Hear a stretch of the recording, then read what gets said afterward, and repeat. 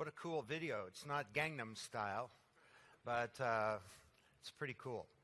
I'd now like to introduce Simon Hout. He's the senior media analyst for the Globe and Mail. That's Canada's national newspaper in this country.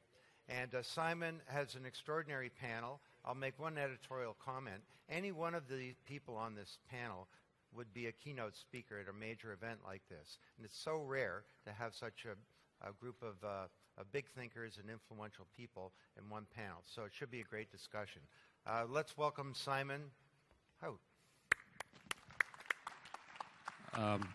Thank you, Don. For the record, I'm not a senior media panelist. I'm a senior media writer. But the reason I point that out is because I think all these folks are senior panelists. I'm just the guy who gets to ask a couple of questions.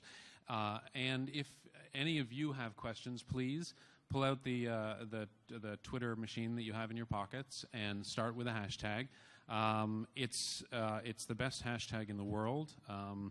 It's hashtag WCIT2012 MTL, as in Montreal.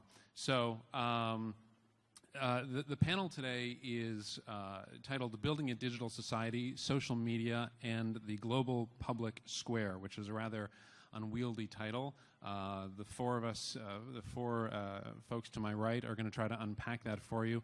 The notion is that social media is weaving a vast new fabric of connectivity in society with profound consequences for virtually every institution and region.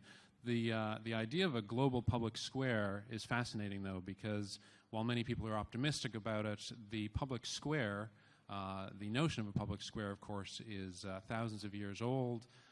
It began what we like to think of as optimistically. It was a place, it was a marketplace. It was a place where ideas were exchanged. But of course, certainly in time, and especially over the last 100 years, we saw how certain governments would move into the public squares that they had. The squares were the places for demonstrations of extreme military might and suppression. And of course, in many cases, the loudest voices are the ones that are heard the best in these public squares. So to my right, this fellow, Jonathan Zittrain, is the professor of law at Harvard Law School and the Kennedy School of Government. He's co-founder of the Berkman Center for Internet and Society and professor of computer science in the Harvard School of Engineering and Applied Sciences. He's a member of the Board of Trustees of the Internet Society and is on the Board of Advisors for Scientific American. Previously, he was professor of Internet Governance and Regulation at Oxford University. He's a member of the Council on Foreign Relations and a Forum Fellow of the World Economic Forum, which has named him a young global leader. To his right, Dr. Dana Boyd is a senior researcher at Microsoft Research. She's a research assistant professor in media, culture, and communication at NYU, New York University, a fellow at Harvard's Berkman Center for Internet and Society, a research fellow of the Born This Way Foundation, and an adjunct associate professor at the University of New South Wales. Her research examines the intersection of technology, society, and youth culture, and currently she's focused on privacy, youth meanness and cruelty, and human trafficking. She's co-authored Hanging Out, Messing Around, and Geeking Out, Kids Living and Learning with New Media, and she's working on a new book called It's Complicated, The Social Lives of Networked Teens. To her right, Ron Deibert is professor of political science and director of the Canada Centre for Global Security Studies and the Citizen Lab at the Munk School of Global Affairs, University of Toronto. The Citizen Lab is an interdisciplinary research and development hothouse working at the intersection of the internet, global security, and human rights. He's a co-founder and a principal investigator of the OpenNet Initiative and Information Warfare Monitor, 2003-2012, and many other things, but we'll get into that. And to my right, Juliana Rotich is the co-founder and executive director of Ushahidi. Many of you heard about that during Clay Shirky's address this morning. It's a nonprofit tech company born in Africa, which specializes in developing free and open source software for information collection, interactive mapping, and data curation. Ushahidi builds tools for democratizing information, increasing transparency, and lowering the barriers for individuals to share their stories. Through crowdmap.com, swiftly.org, and accompanying mobile applications, Ushahidi is expanding its global footprint and making crowdsourcing tools available and, most importantly, useful. So I would like to, with all that information in mind, I'd like to start with a very simple general question for Jonathan, which is, frankly, all of this technology and all of the changes, how has the notion of internet freedom become a force for positive social change? And keep in mind that Ron, in about 2 minutes, is going to attack you because he believes the opposite. But please, Jonathan. Thank you so much, Simon and Ron. I look forward to your critique of what I'm going to say. In the fall of 2007, I was visiting Silicon Valley and eating at the famed Jing Jing spicy Szechuan restaurant with a bunch of people from Facebook. And they were talking about how amazing Facebook was, naturally. And the room started shaking. And I couldn't tell if that was emphasis from their point or if something else was happening. And it's one of those moments, like, do we proceed normally or do we run? And it was a small earthquake was hitting, actually. And all of us naturally jumped onto our mobile phones to find out if an earthquake was happening, kind of like the way you look at your phone to see what the temperature is outside rather than sticking your head out the window. And 3 of us went to the U.S. Geological Survey site, and it was down. A distributed denial of service attack by well-meaning people trying to figure out if there was an earthquake going on. One person was searching on Twitter for earthquake and finding that a number of our nearby humans were using the opportunity of the earthquake to tweet and to be like, there's an earthquake right now. My dishes just fell off the shelf. And that somehow clicked with me as a moment in which social media was producing information, and possibly more reliable information, than what you could get from official sources.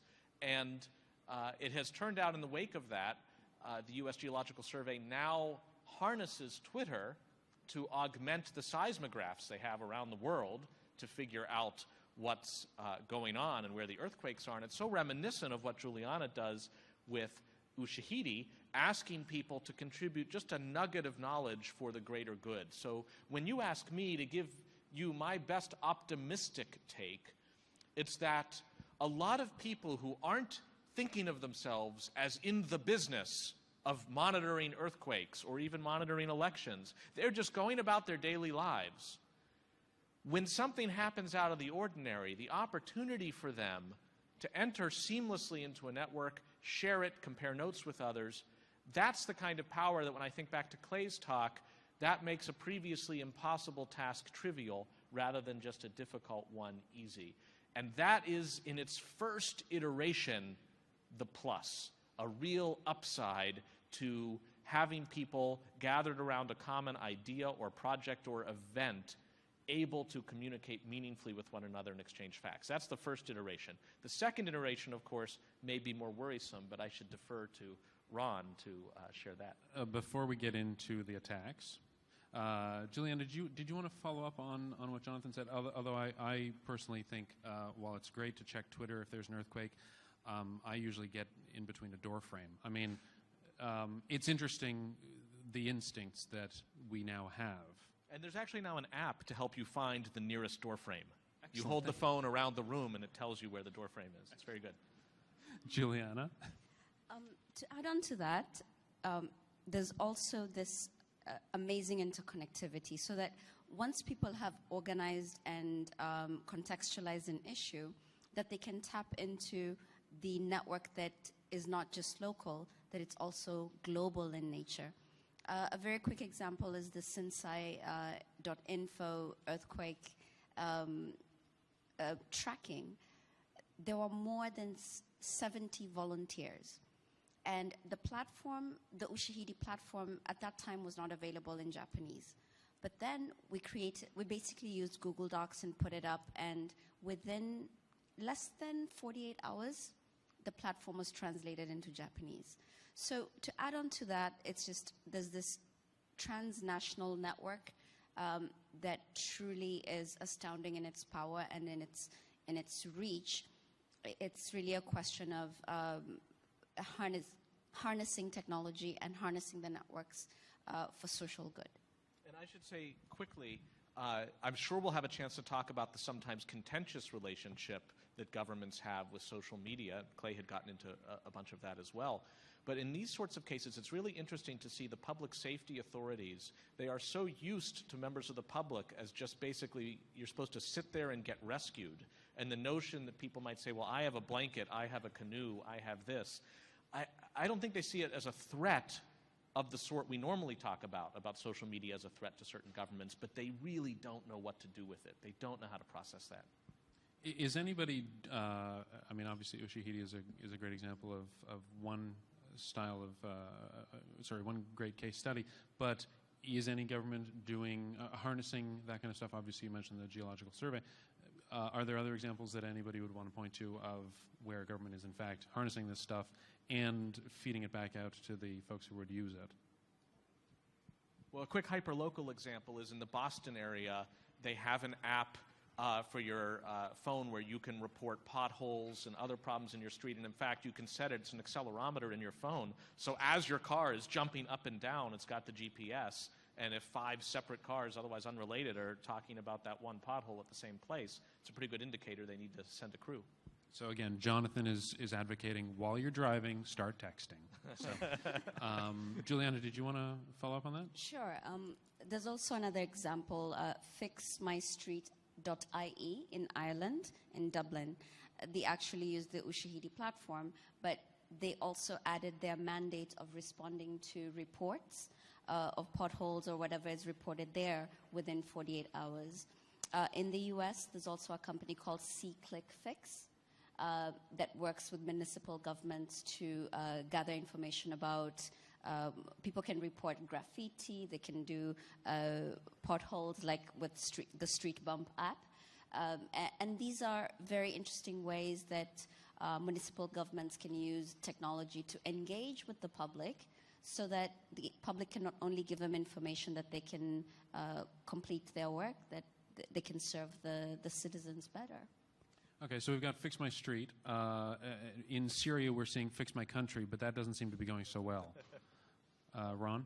Yeah, this reminds me, there's an old Star Trek episode where Kirk and Spock meet their evil doppelgangers that are like them in every way except they're bad. And I was at an evil doppelganger conference just like this a few months ago. Instead of Dana and Jonathan and Juliana, there were former directors of the NSA and CIA. And in the trade exhibit hall next to me were companies that were selling products for cell phone tracking, geolocational mapping, computer network attack capabilities. And the topic of the panel was how these social media platforms enable law enforcement, defense, intelligence to do their jobs better. And as you think about that, I want to bring up a couple of the Citizen Lab's most recent reports, just published within the last month, which found that dissidents of the United Arab Emirates and Bahrain who were arrested and beaten during interrogations were presented with transcripts of their Skype chats.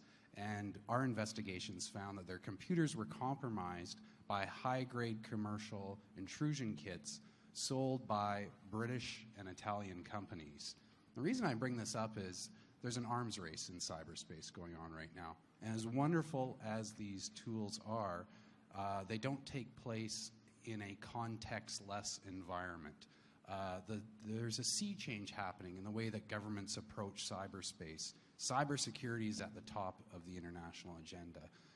There's also a demographic shift happening right now. The vast majority of internet users are coming from the global south and the east. Many of these are failed and fragile states where corruption and crime is rampant. In many of them, religion and culture play a much greater role in terms of shaping cyberspace and regulating the internet environment. And many of these countries are now looking to exploit these tools to actually disable opposition groups and intimidate them. You mentioned, are there examples of governments using crowdsourcing platforms? I'll bring up one. In Iran, in 2009, the government set up a crowdsourcing social networking type site to help identify opposition members. And it really put a chill into the green movement. Ask yourself today, where's the Arab Spring in Iran? And I can tell you, part of the reason why there is not is because the Iranian regime was able to very carefully, expertly exploit advanced information technologies to disable those groups. I think one of the hardest things about understanding these new technologies is it's very easy to go to these utopic possibilities, the things that make us really excited, or then to go to these really dystopic stories, and both are very real. Part of the challenge is that each of these tools built for one or the other of these extremes get used for a wide variety of different practices and around the globe. So it's not simply that there are bad countries and there are good countries, or there are bad peoples and there are good peoples. It actually gets really complex really fast. I mean, for example, you mentioned the issue of the Iranian government using crowdsourcing to identify the population. Here we are in Canada and post-riot. This was one of the things that was used immediately to identify who some of the rioters are. Do we want to conceptualize Canada as bad country in the way that we often narrate, especially from a Western context, an Iranian government? No, it's messier than that.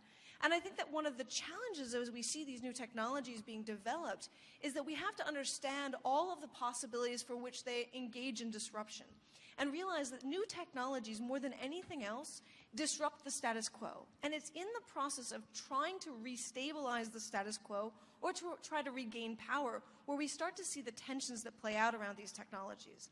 And I think it's one of the things that makes it really hard to get our hands around it, because it's not simply about regulating the technologies or even necessarily regulating the ways they get used. It's about trying to deal with this constant state of ongoing disruption. And I think that's the challenge for us in a space like this. Ron, did you want to? Sure. It's a very, very interesting point. I think there's one thing we can all agree on, and that's like never before, we're entrusting so much data to third parties. The data that used to be on our desktops and in our filing cabinets, we're now giving to third parties. Most of them are private sector companies. And just about everything we do now is a data point that's controlled by someone. It's data that's an embodiment of us, but it's one we no longer fully control. So I think the question we have to ask is, what happens to that data? With whom is it shared? And this is where the role of private companies and the regulatory environment becomes very important. You mentioned Canada. A lot of us were concerned when the government put forward legislation recently around lawful access that would have required internet service providers and telecommunication companies in this country to archive and retain all of that user data that we entrust to them, but then give law enforcement access to it without so much as a judge's warrant.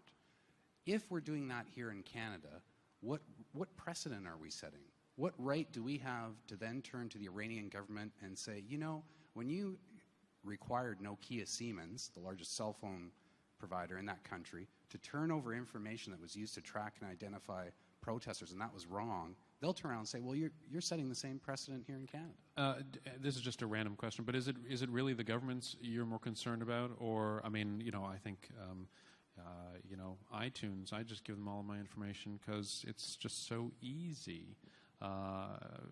Many of my friends are on, all my friends are on Facebook. I'm not, but it's just so much fun. So, are you suggesting that somehow the Canadian government is worse than Mark Zuckerberg and what he might have planned, because all he wants to do ultimately is advertise to us? What I'm saying is liberal democratic governments have a special responsibility to play, I think, in setting a normative standard. And that's why it's important to keep in mind that the center of gravity of cyberspace is not in places like Montreal and Vancouver. I hate to say it. It's in places like Nairobi, Shanghai, and so on. And that's why we have to make sure that what we're doing here at home sets a proper standard for what goes on abroad. Jonathan? At the risk of agreeing with Ron, it's also worth noting that it's kind of buy one, get one free. You're giving everything to Apple with your iTunes example, but there's not that much separating a lawful order from any sovereign that Apple might care about, usually defined as anywhere that there are Apple-engineered boots on the ground or servers, to demand that information of Apple. And it's hard for them to say, we are but a mere international company, the most valuable in the world, but still, you are a government.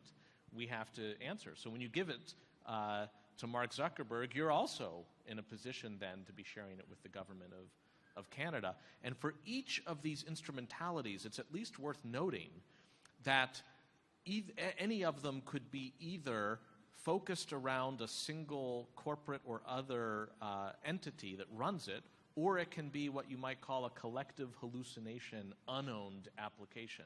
And the early stage of the internet was one in which the unowned applications predominated. Email is such an example, which is why, in part, there's so much spam, because there's no one email administrator to whom you can complain to cut off that email account, the way there is on Twitter, on Facebook, on LinkedIn, you name it. And figuring out what should be unowned and what should be owned, and who would even make that decision other than just sort of historical accident and market forces, is part of what makes this really complex. Of course, I think the challenge when we talk about data regulation and data ownership is we easily get into lawyerly modes of thinking about the individual and thinking about narratives of individual harm and individual action and individual data.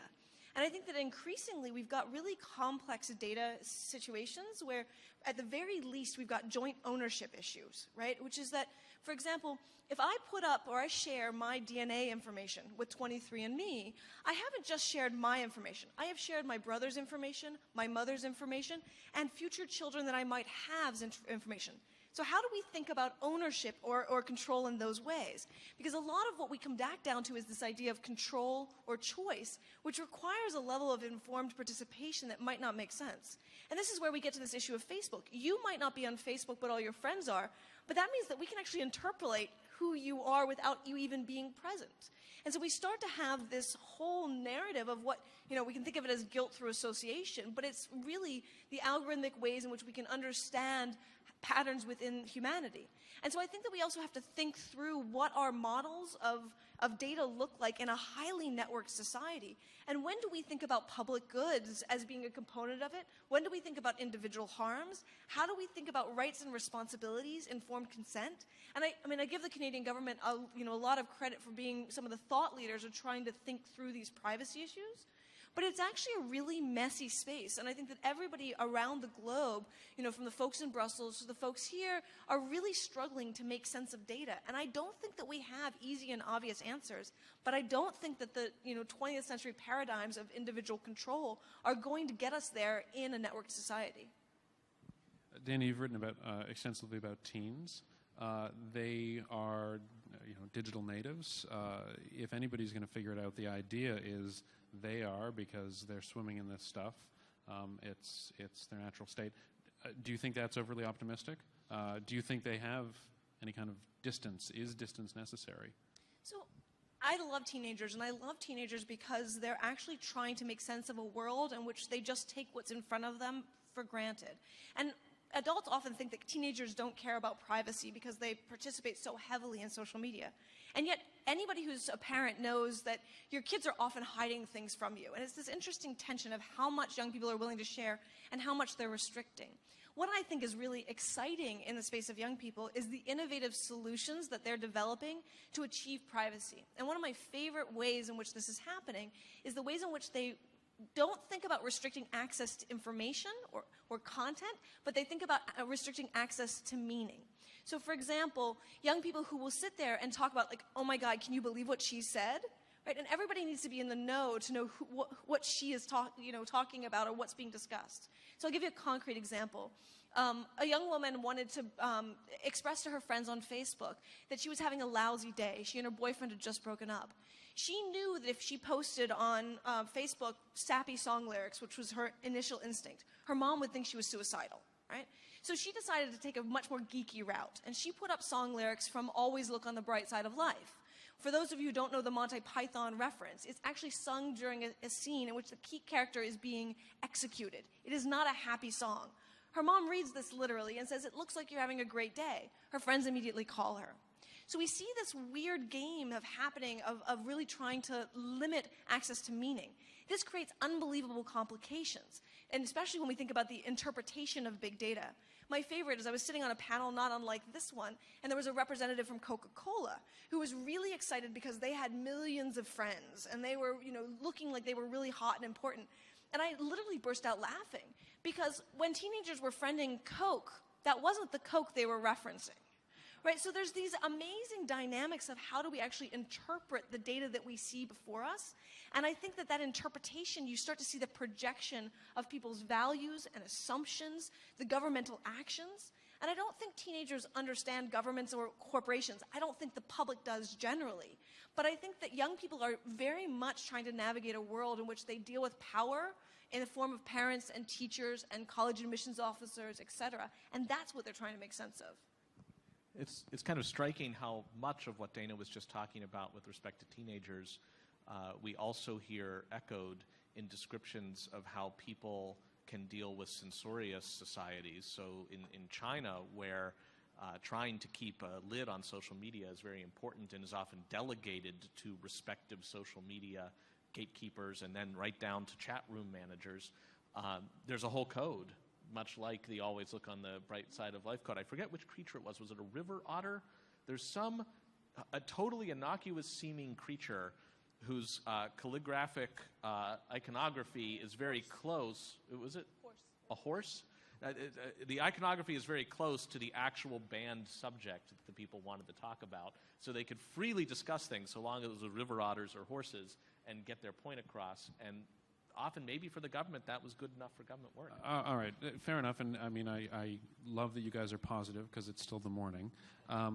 But I was speaking with somebody from IBM's Watson Research Center last week about the question answering system, and I said, "Does Watson get irony?" And he said, "No, not really." But the shorter answer is not yet. So okay, so the Chinese government's systems do not yet have an algorithm to detect this kind of underground stuff going on, and the mother, I guess. I'm kind of shocked with the idea of a daughter knowing the Monty Python reference, but no, cultural differences, fair enough, but usually it's the parents who inculcate the children with the Monty Python. But so, it seems we're one algorithm away from Mark Zuckerberg realizing what that girl was saying. I think this is where the tensions are at play, because young people are trying to navigate the world around them. But what we're seeing is that these same systems are being used to reinforce existing values and existing interpretations. And I think that's actually where my dystopic self comes out, which is that people get pigeonholed based on their dynamics, based on the misinterpretations of what they do. So it's not just that they're acting resistant in a powerful way. Yes, they're resisting the very local because that's what they know how to navigate. But meanwhile, they're being part of a system that they have no idea how it's getting used. And I think that's actually why we're dealing with these tensions, because I don't think that teenagers are going to suddenly wake up and understand these dynamics. But the data suggests that adults are terrible too. So it's not that this is a matter of teenagers being especially dumb. It's that teenagers are just as removed from the data dynamic as adults are. And I think that this is why, in order to navigate these data issues that we're going to face, we actually have to have a public conversation about it. That's really hard to do, because I should clarify. We have all of this work that's being done by algorithms that even engineers don't quite know what's being done, right? So the folks at Facebook might build the systems that analyze the data to suggest that two things are in common. But that doesn't mean that any of the engineers know exactly why that came into being. Something like PageRank. No one at Google even knows what the complex structure of PageRank looks like anymore. And I think this is where the algorithmic nature of a lot of these systems goes beyond anyone's knowledge, and we have to think through what that looks like and what the biases are that get baked into those systems. Because the thing is as those systems get created, they aren't neutral. Right? They constantly are reinforcing certain values and expectations. And we want them to be neutral. We hope that they're neutral. We hope that journalists are neutral. But yet this is actually a much more messy space, and we're really starting to see that as these things scale. Ron, did you want to jump in? I was just going to jump in on your comment about the algorithm. I think it's very important, because the comment that you made, the remark that you made about Zuckerberg being only an algorithm away from knowing what those people are thinking, there's so many companies out there right now who are asking that very same question. And again, this is why it's important to put it in a bit of a historical context here. If you go back 15 years and you did a survey of governments worldwide and you ask them, do you have an internet policy? If they did it all, most of them would say, well, yes, it's laissez-faire, it's hands-off, keep the government out. Fast forward to today, not only do governments have internet policies, they have cybersecurity agendas at the top, right? It's become, in many parts of the world, priority number one. And that begins to change the dynamic, the framework for how companies operate in order to operate in those jurisdictions. The governments have to require them to do certain things in order to operate in China, in order to operate in India. Look at the case of Research in Motion and BlackBerry, dogged around the world by governments asking them for access to their encrypted data files. Why do they do that? Because those governments want to be able to more closely monitor their populations, and in order to do that, they have to get the compliance of those companies. One last example about the China. I mean, it is remarkable the ways in which users, innovate and are able to bypass censorship. But there's a flip side to that too. In 2008, Citizen Lab did a research report when we found users were saying that when they typed in certain keywords in the chat, they just wouldn't appear. Keywords like Tiananmen and democracy. I'm going for a stroll in blank square. So we thought, well, that's curious. So we set up a little experiment with an English version of Skype on one computer, Chinese version of Skype on another, and a network sniffing tool called Wireshark in between them. And the researchers started systematically putting in the banned keywords. And what happened was a connection was made every time you put in one of those keywords to a computer in mainland China. So we said, well, that shouldn't be happening. So we followed the connection. It turns out that Skype, the Chinese version of Skype, was uploading conversations to servers in China, presumably to share with the Chinese security services. It was scandalous. Front page of the business section of the New York Times. That was 2008. Guess what? We looked at it this year. It's still going on. More sophisticated than ever.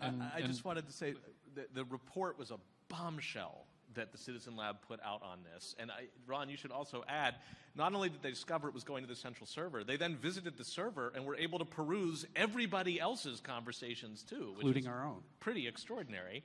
And yes, the fact that the outrage meter didn't somehow make it to change that is extraordinary.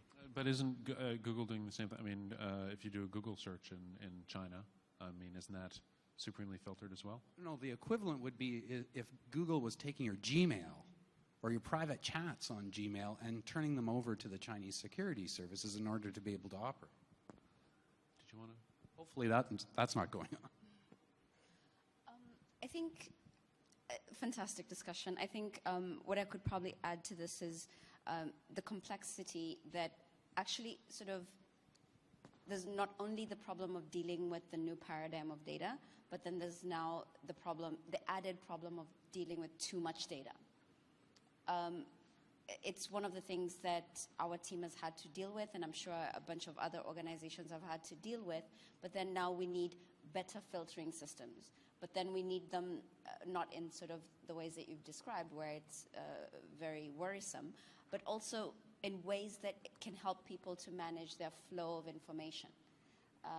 And that's why some of the tools that we're working on are to help deal with this inflow, sort of this flood of information, particularly when you're gathering information from the public and engaging with the crowd. It can get unwieldy. Speaking of unwieldy, the hashtag WC 2012, I've forgotten. WCIT 2012 MTL. MTL, go crazy, flood us, because we're going to start taking questions on that in a few minutes.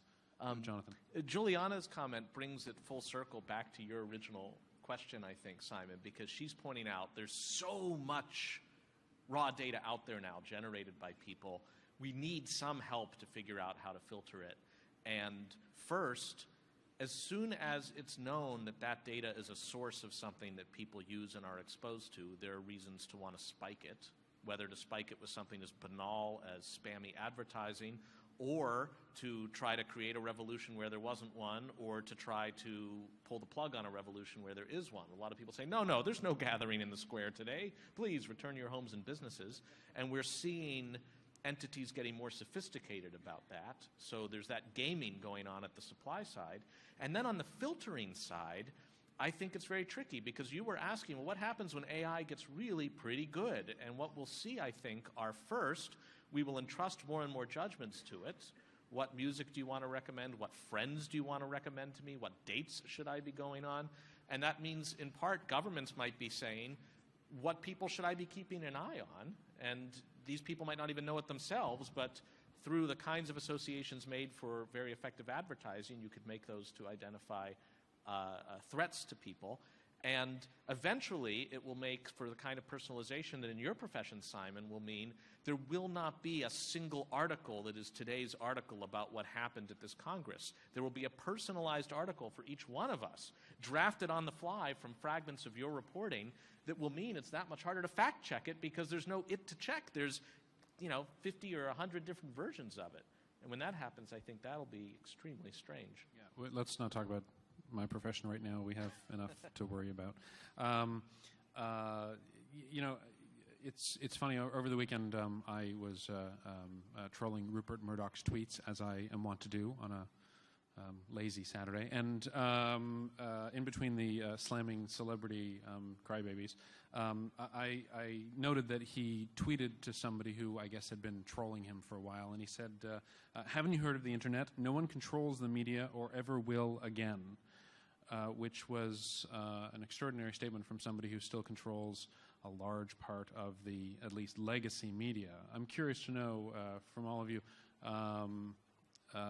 is this notion of freedom of internet and social media overhyped? I mean, putting aside the concerns about censorship, this notion of share of voice, obviously it's been something we've been hearing about for a good 10, 15 years, this idea that the people are going to take back the voice. Certainly we're seeing some of that, but Twitter, 10.8 million tweets during a debate may also just be an echo chamber, which ultimately is captured and then disseminated by folks like me. And I think it comes back to some of these questions about information overload, which is that anybody has the ability to speak, but that doesn't mean that anybody has the ability to get an audience to listen. And it's that interesting tension that we're seeing that reinforces those who have the ability to capture people's attention. And, I can't help but think about Manuel Castells, who's a scholar who thinks a lot about networks. And one of the things that he's argued is that when these technologies destabilize large systems, there's a scramble to build the networks, to rebuild new networks. And whoever can actually control the networks has immense amount of power because they get to control how information flows. And Murdoch is like a classic example of this. It's not just because he owns these entities, it's because he's managed to build the networks such that all information has to flow through his structure. And in the same way, I would say with new media, we have this interesting tension because yes, all of you can get onto Twitter and you can build out an audience and it's great. But your ability to flow information is actually really affected by the ability to capture enough attention and energy from your audience. And this is actually where we start to have some really weird manipulation games that go on. You can get attention from your audience by being funny, by being snarky. You can also get attention from an audience by being fearful or by going to extremes. And one of the things that worries me is a lot of the rhetoric that we're seeing play out in social media pushes to extremes as a way of actually trying to capture attention. And I think this is connected to the broader question of where our industry is going, is to what degree does it become about the attention economy? Whether we think for an advertising reason or we think about who has power within these landscapes to control that. And I think the sad thing for me is how often it reinforces the pre-existing, status quo, how much it makes it difficult for those to break free. There's a moment when a new technology comes in where the new folks can capture it and go on. But once these things get stabilized, try building a really large audience on Twitter as an average citizen without a large pre-existing network. It's very hard, right? You have to be a celebrity or a company or already have these big networks. And I think that's one of the things we have to really call into question of our system, because we often focus on how it's great because anybody can have a voice, but listening is going to become much more important with these media, and we don't have a narrative of how to create really healthy, responsive listeners. I just want to pick up on your who controls the internet question. I think traditionally, the answer to that is no one. And there are many of us, probably all of us on this panel would say, yeah, that's a good thing too. But when leaders and policymakers in countries that I've been talking about on this panel were told that no one's in control, they kind of went, yeah, I don't think that's going to happen when it comes into our country. And, I think it's important to understand when we look at these, autocratic, authoritarian regimes, again, 10, 15 years ago, people assume, there's no way they'll be able to withstand the internet and social media and social networking and so on. Well, they've proven to be very adept. I think we've established that point now. But also, they have international policies, and they're beginning to think about how to govern cyberspace in ways that legitimizes their domestic controls. There's another meeting with the very same acronym coming up in December in Dubai, WCIT, except it's being organized by the International Telecommunications Union. A lot of people are exercised about this meeting because they fear that this means a UN or ITU takeover of the internet. I think those fears are kind of exaggerated. Nothing's going to come out of that one meeting, but the meeting itself is symptomatic of something deeper, and it gets back to the sea change that I'm talking about. There is a major demographic shift going on right now. 47% of all internet users come from Asia, but it ranks only 6th by region in terms of internet penetration rate. Think of that. Like, there's this huge number of people that are coming on board in the Asian region. And again, many of them live in contexts that are entirely different from where the internet was born. You know, the future of the internet is not going to be decided in the Beltway or in Silicon Valley. It will be decided in these countries.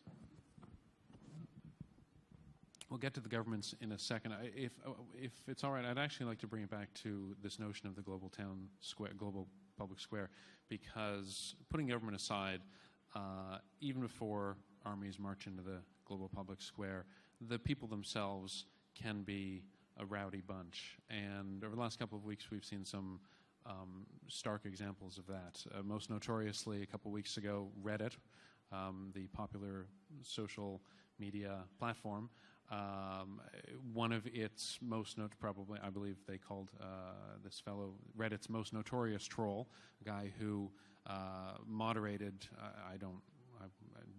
forums that included photographs that were contained pictures of underage girls, that sort of thing. This fellow was outed by a reporter at Gawker, which many people took as a great thing. He was previously anonymous. But anonymity obviously is a double-edged sword. It's often taken to be a defense of those who, living in repressed countries, is necessary, but at the same time, it would also permit folks to engage in behavior that I don't want to judge, but I think most of us would not approve of. I think there's a real problem here, and the basic problem is a lot of bad stuff can happen, both from individuals and through the crowds who know not even their own power, because to them they're just sitting at a computer clicking on stuff. It's almost like a video game. But then there are real-world impacts to what they do. And jumping to anonymity is one of the possible pressure points where if it were harder to be anonymous or there were a prospect of being outed, you might think twice about what you're doing. That might be a naturally appealing way to go, but as you pointed out in your question, Simon, for every instance we can think of where people having to own up to what they say could make them be a little more careful about what they say, there are that many more instances where people won't be able to say things that ought to be said and heard because they're afraid of their physical safety or something else. So for me, I think back to Clay's talk where he pointed out about the Israeli daycare centers and kind of had the message that the stick is sometimes less powerful than the carrot and that the norms are what are so important. And I would love to see ways to evolve the technology of the web to reinforce the norms that we agree, at least in principle, are the ones that should work. So to the extent that when you are about to publish a picture that's very embarrassing for somebody, but you have no idea who it is, it's just a funny picture. If there were a way, actually, for that person out in the world to have had privilege to tag that picture and have a small message that still doesn't say who they are, but says, look, I wasn't doing this to be funny, it was in my private album, somebody stole it and put it up, please, please help. Star Wars Kid is a great example. Canadian who found his video up playing with a golf ball retriever, and he hated it. He didn't want this to be up there. My hypothesis, and it's only that, is that if there were a way for anybody who might be tempted to forward on a link to that video to their friends, to see Star Wars Kids request that it not be so. Look, here's a funny cat video instead, please. I think at least it makes it a moral question where too easily good people don't realize that it is. And if you can get that big middle on your side, my hope is with the carrot rather than the stick, you can start to see some better behavior. Dana? I mean, I would say it very much is a moral question, and I think that there's some interesting elements around history to tell us this. This is not something that's just unique to the internet or something that's unique to what we're currently dealing with. I spent a lot of time looking at a particular case in the 1970s that's of great interest to me. The case is of a man by the name of Oliver Sipple. Oliver Sipple was a gay man living in the Castro in San Francisco. Everyone in San Francisco knew he was gay. It was not a secret. But his profession was very much disconnected from it. He was a former Marine. His family didn't know he was out. He very much had segmentation around his life. In 1975, the U.S. sitting President Ford was in a situation where a woman went and tried to assassinate Ford. Sipple jumped in front of this woman, pushed her aside, the bullet went stray, the president did not die. He wanted to recognize Sipple as a hero. Well, when this came out, San Francisco Chronicle started running a story on Sipple, and Sipple said, "Can we not talk about my sexuality? It's really not relevant to here, and I really don't want to deal with it." And the Chronicle, the paper of record in San Francisco, decided that it would respect that request. But then a very celebrated activist by the name of Harvey Milk decided that it was of greater social value for the public to understand that gay men could be heroes. So Milk outed him on national TV.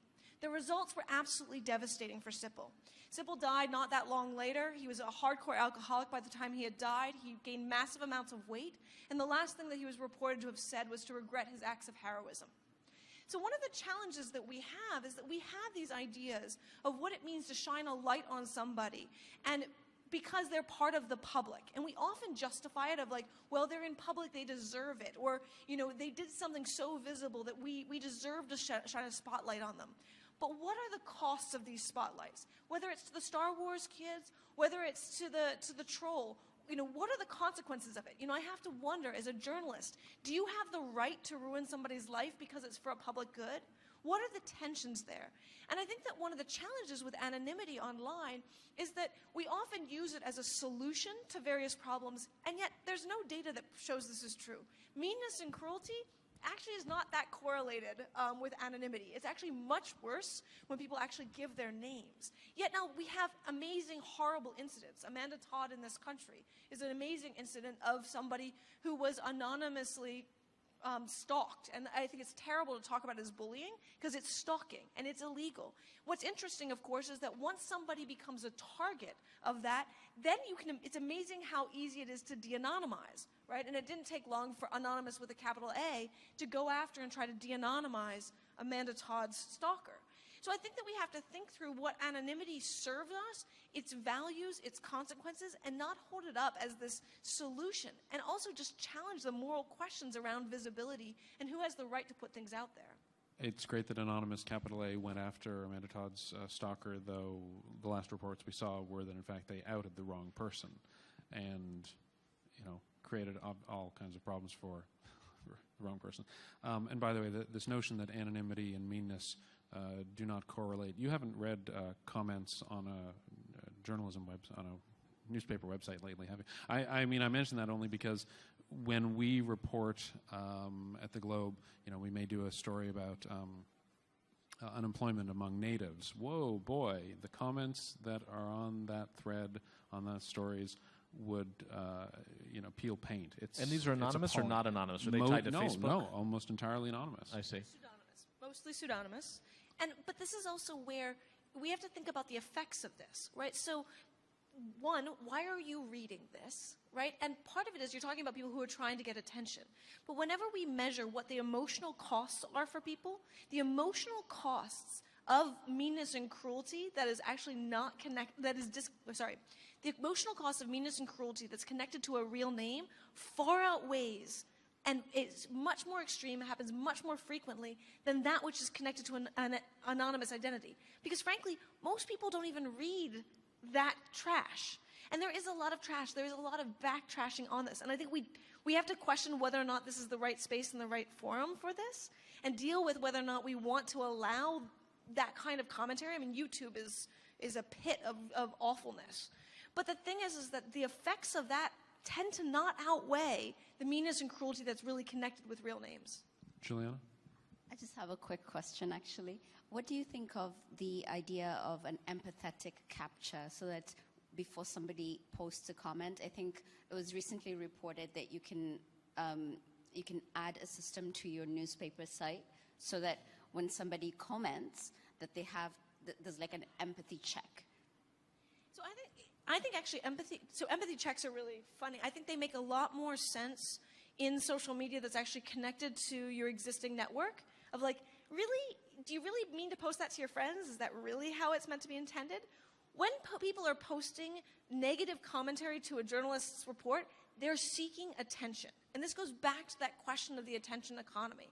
When they're seeking attention, it's not an empathy that will actually, diffuse that, unfortunately. Empathy checks will diffuse things that spin out of control within peer groups. That's actually much more effective. But when people want to get attention, they go to extremes. And that's the challenge that we have to deal with about why we're rewarding attention and how we're rewarding it. And I think that, right now, in a journalistic account, you've got the byline, you've got the big attention. People down below want to get your attention. They want to stir you up. And they're hoping that you'll actually take their approach. But the question is that actually the dynamic we want? I know you want to say something, Jonathan. Quick answer to Sure. Juliana's question. The empathy check might be done at the wrong moment because it's right as the person thinks he or she has that perfect, awful thing to say and is about to hit send. And Eudora, for a long time, the mail service had the chili pepper thing, where it's like, this is a 3 chili pepper email, are you sure? But it wouldn't be bad afterwards to say, hey, that 3 chili pepper email yesterday, would you like to kind of pull back on that a little bit? And it's funny that for all of the efficiencies we have in Twitter and other viral sort of social media to advance ideas further as people like them, there's very little technology built in, though it could be, to pull stuff back a little bit, whether it's a literal retraction or something that says, you know what, I don't stand behind this as much anymore, which would maybe mean you could say, hey, I hear that X is happening, and then later when it turns out not to be true, there's a way to pull back, and that would cascade through everywhere that rumor has gone. You could see it working with rumor and with emotion. I know we could continue on this thread, but we have 4 minutes left, and we do have some questions that have come in via Twitter and then written out in longhand, which I love. So let me make sure we get this question answered. The next panel will consist of government ministers. What would you guys say to them? Anyone in particular? Everybody's looking at me for some reason. We're waiting for you to say, stop spying on us so come on. much. That's basically Ron's message. Give us back the internet. Well, it depends what governments they are. Most of my research, and actually a lot of it has taken place in collaboration with Jonathan, has been focused on norms that are developing in the global south. And only reluctantly and recently have I started to focus on Canadian policy because I've been asked, well, what do you think about what's going on in Canada? And actually, maybe contrary to a lot of visitors to this country, what they might think, the Canadian government, in my opinion, has not really been out there as much as we could be when it comes to defending rights and freedoms online as they're being threatened worldwide. We really don't have yet a Canadian foreign policy for the internet or for cyberspace. And I think that's a shortcoming that I wish would be addressed. Well, we'll have at least one Canadian minister up here. Juliana, did you want to? One of the key things, we've been talking about technology in the global public sphere. I would also like to add that includes mobile. So when we think about internet, it's not just on desktops or iPads, that it's increasingly mobile. And as government ministers, the first thing that I would say is let innovation lead. Don't start with regulation. Let innovation happen, because that's how you can see the needle change. And also to take technology as an opportunity to engage with citizens. That initiatives like Code for America or See-Click-Fix, or even the things that Mozilla is doing with creating a mobile OS, these are important things that governments can engage with. And with communities like Ushahidi and others, these are people who are actually trying to help out. Engage and work with them and provide an environment that is conducive to these types of things. Not to be afraid so much and try to put blocks. There's so much more good that can be done. Another way of putting this, as I agree wholeheartedly, is to tell the ministers there is a national and global public sphere that you can help shape and that you can try to lean upon and draw upon in ways that you're just not used to. It gets back to the people have blankets, they're ready to lend them to an emergency. How can that be brought into the resources that government thinks it can depend upon? And it's not always blankets, it can be brains too. How do you do that? We don't have that well worked out. Even in the liberal democracies, there's this division between government and people in highly formalized and tired ways in which information and resources go back and forth. Well, on that positive note, I'd like to thank Ron, Dana, Jonathan, and Juliana. Thank you very much.